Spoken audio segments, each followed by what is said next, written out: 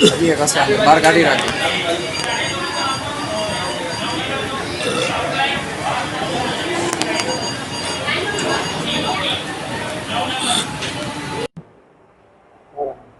મારું નામ વિરલ જયસુખભાઈ ટીલાવત છે. આજે સવારે હું મારા પપ્પા ઘરેથી નીકળ્યા ઓફિસે જવા માટે. જ્યાં થોડી વાર પછી મને જાણ કરવામાં આવી કે તમારા પપ્પાએ દવા પી લીધેલી છે. જે ઓફિસ પટેલ કોલોની 8 નંબરમાં મર્કેન્ટાઇલ મરીન ડિપાર્ટમેન્ટ આવેલી છે. ત્યાં સિક્યોરિટીવાળાએ મને જાણ કરી એટલે પછી અમે તેમને હોસ્પિટલે લઈ આવ્યા સીધા. હોસ્પિટલે આવ્યા બાદ થોડી વાર પછી તેમને ભાન આવી ત્યારે તેમણે મને જણાવ્યું કે આ બધું તેમણે આશીષ વાનખેડે નામના જે ઓફિસના અધિકારી છે એના દબાણમાં આવીને કરેલું છે. કારણ કે તેમણે એ ઓફિસમાં ચાલતી અમારી ગાડી અને બારે પણ ચાલતો અમારો જે બીજો ધંધો હતો એને પોતાના પાવરનો મિસયુઝ કરી અને બંધ કરવાનો પ્રયત્ન કર્યો હતો. જે ગાડીઓ અમે બધી લોન પર લીધેલી છે.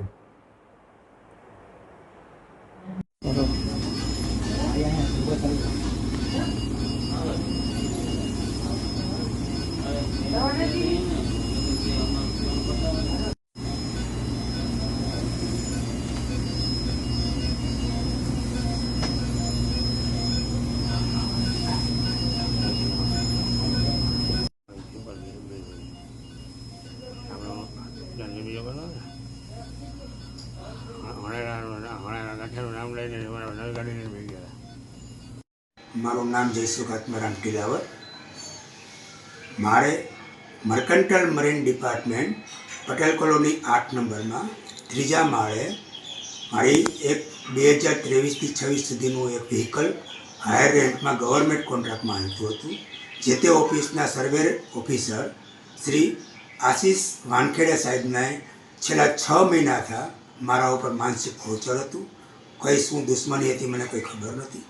મારા કોઈ પર્સનલ તો હતું નહીં, પણ તે કોઈ પણ પ્રકારે મારું વ્હીકલ ત્યાંથી કઢાવી નાખવા માટે માનસિક શારીરિક ધાક ધમકી આપી, ખોટા લેટરો કરી, ખોટા મારી ઉપર બહાના કરી અને મને હેરેસમેન્ટ કરતા હતા. મારા વાઇફ, મારા જો પ્રોપરાઇટર છે, એણે પણ એની પાસે માફી માંગી લીધી. અમે રાઇટમાં એને માફીપત્ર પણ આપ્યું હતું. એના કોઈ પણ આરોપો એની પાસે પ્રૂફ હતું નહીં. તે છતાં હું મારો ધંધો બચાવવા માટે તેના બધાય જુલ્મ સહન કરતો હતો. તેણે અમને પોતાના પાવરનો ઉપયોગ કરી અમારો કોન્ટ્રાક્ટ બ્લેકલિસ્ટ કરવા માટેની ધમકી આપતા અમે ડરી ગયા. અમે અમારો કોન્ટ્રાક્ટ સામેથી ખેંચી લીધો અને મેં પોતે એણે પહેલાં અમને આ નોટિસ આપી.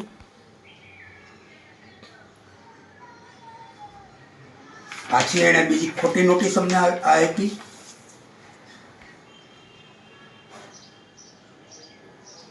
પછી અમે તે ઓફિસરને અમે અમારા લેટર હેડ ઉપર, જાનવી ટ્રાવેલ્સના લેટર ઉપર અમે માફી માંગી કે સાહેબ અમારી કોઈ ભૂલ નથી, તેમ છતાં તમે કાંઈ કહેતા હો તો અમે માફ કરી લઈએ છીએ, અમને માફી આપી દો, અમારી રોજીરોટી ઉપર તમે ના જાઓ.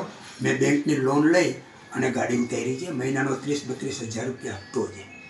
એ પછી આ બ્લેકલિસ્ટની બીકથી અમે ગાડી અમારી રીતે પાછી ખેંચી લીધી. પણ જે તે સમયમાં 6-8 મહિના પહેલાં મને રિલાયન્સની અંદર એક શિપિંગ કંપનીમાં કોન્ટ્રાક્ટ મળેલ, જે મેં મારી 2 નવી ગાડી ઉતારેલ. જે નવી ગાડીના 90% મેં લોન ઉપર લીધેલી હતી. જે આ ઓફિસર આશીષ વાનખેડેને ખબર પડતા તેણે આ કંપનીને દબાવવાનું ચાલુ કરી અને જાનવી ટ્રાવેલ્સનો કોન્ટ્રાક્ટ કોઈ પણ હિસાબે કેન્સલ કરવા માટે ધાક ધમકી આપેલ. પણ કંપનીવાળાએ તેને હાસર કરી દેશું કરી અને થોડોક ટાઈમ કાઢ્યો. જ્યારે આ માણસને બહુ ઈગો અને પોતાનો પાવરનો ઘમંડ આવ્યો ત્યારે એ કંપનીના એક RT7 નામના રિલાયન્સમાં દરિયામાં હાલતી મોટી ટગ, જેને જહાજ કહેવાય, તેને ડિટેન કરી દીધું. કારણ કે દરિયાનો શિપિંગનો પાવર એની પાસે છે. તો જેથી કંપનીવાળા બિચારા ભાઈસાબ કરવા માટે આમ ત્યાં હળિયાપટ્ટી કરી. 22 તારીખે એ લોકોને શું વાત થઈ તે ખબર નથી, પણ 23 તારીખે કંપનીએ મને શોર્ટ નોટિસ આપી. 6 દિવસના ટાઈમની અંદર મારો કોન્ટ્રાક્ટ કેન્સલ કરવા માટે મને મેલ કરેલ. બરાબર, કોન્ટ્રાક્ટ કેન્સલ કરવા માટે મેલ કરેલ. આ 3 ગાડીઓના માથે ટેન્શન આવી જતા હું પોતે સાવ માનસિક રીતે, શારીરિક રીતે અને હેરેસમેન્ટ એટલો થઈ ગયો અને એટલો ટેન્શનમાં આવી ગયો કે 3 ગાડીના હપ્તા મહિનાના મારા 70,000 અને 20,000 ઘર ચલાવવા માટે મારી પાસે કોઈ આવક ન આવી. તાત્કાલિક એને મારો બધો ધંધો બંધ કરી દીધો. મેં 6 દિવસ સુધી બધી રીતે વિચાર કર્યો.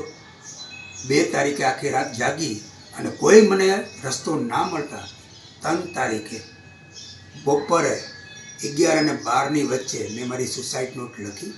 મેં મારો સુસાઇડ નોટમાં મારી લખી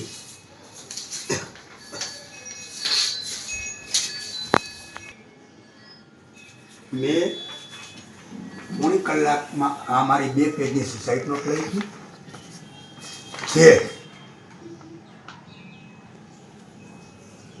કોઈ પણ રસ્તો ના મળતા મારે આ પગલું ભરવું એ છેલ્લું મારા માટે ઓપ્શન હતું. બીજો કોઈ મારી પાસે રસ્તો નહોતો. તે પછી મને 6 વાગ્યા પછી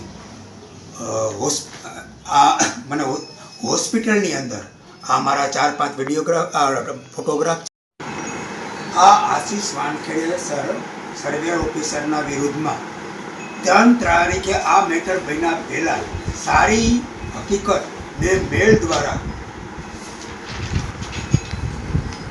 23 તારીખ શિપિંગ મિનિસ્ટર ડીજી એને CS બધા એને મોકલેલ.